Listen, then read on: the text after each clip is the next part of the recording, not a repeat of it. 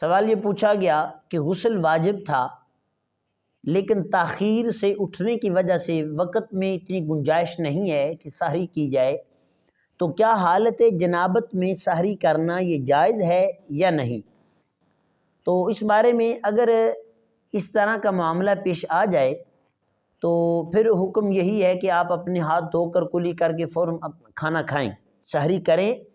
اور اس کے بعد سہولت کے مطابق آپ غسل کر لیں۔ اس طرح روزہ رکھنے سے یعنی حالت جنابت میں بھی اگر آپ نے کھانا کھا لیا تو اس معاملے میں آپ کا روزہ فاسد نہیں ہوگا، یہاں تک کہ آپ روزے کی حالت میں تھے، دن کو سوئے اور آپ کو احتلام ہوا، غسل واجب ہو گیا، تو روزے کی حالت میں غسل کا فرض ہو جانا اس سے بھی روزہ فاسد نہیں ہوتا، روزہ نہیں ٹوٹتا۔